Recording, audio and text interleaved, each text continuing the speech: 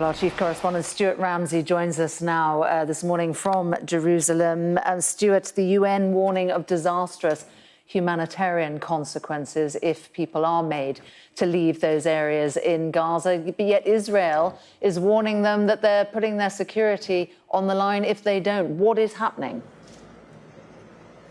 Well, yeah, it is going to be really difficult to see how that number of people could reasonably be considered that they should move from Gaza City and head to the south.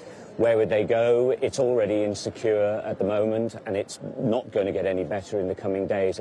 It's a proposal, but I can't see how it can really be put in place. And of course, it makes the Palestinians both in Israel and the West Bank and in Gaza extremely angry when they see these type of things. Just to explain, I'm at Damascus Gate in the Old City, and this is where people are gathering for Friday prayers. Now, it's quite often a flashpoint here.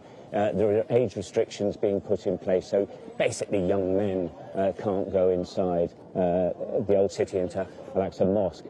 It's quite possible that there could be a flare-up here. It has happened regularly in the past. I would actually have to say, however, that the Israeli Defense Forces aren't in any mood for compromise, and so whatever happens here, if it does develop in any way, will be dealt with very severely. Going back to Gaza and the likelihood of that number of people being able to move, plus the UN staff, I would say that while Israel has said that they have no intention of attacking innocent civilians, by definition what they're saying is if you choose to stay in Gaza City, then you are actually supporting Hamas. Many people disagree with that position, but that is what they're saying. I think just practically it's impossible for that number of people to leave, and so there's going to be a lot of discussion taking place. But what's interesting is, you know, we're talking in the next day or so. It's not like they have given a long time to consider it, and by definition that means that they're considering a land incursion into Gaza. We've seen the build-up of troops. It's huge.